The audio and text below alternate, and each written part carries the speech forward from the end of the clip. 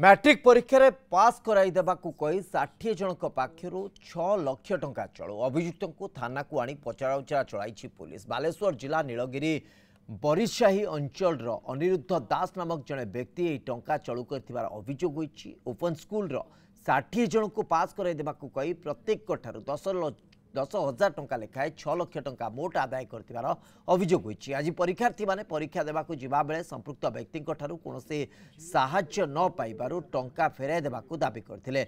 एने पाटितुंड हेबा परे पुलिस अभियुक्त अनिरुद्ध दास को उठाई नहीं थाना रे पचराउचरा करुछि। हमको कहले जे मोर गोटे पिला जाऊँ परीक्षा देते मुझे 5,000 टका नहीं जाऊँ आउ तुम मानक भी मुझे साहाय्य करी कथबार्ता करके तेणुक तुम मैंने भी सही 10,000 लेखा दियो मुझे तुमको पास करदेवी। क्लास भितर आमको सहयोग करागला ना केवल ही करागला।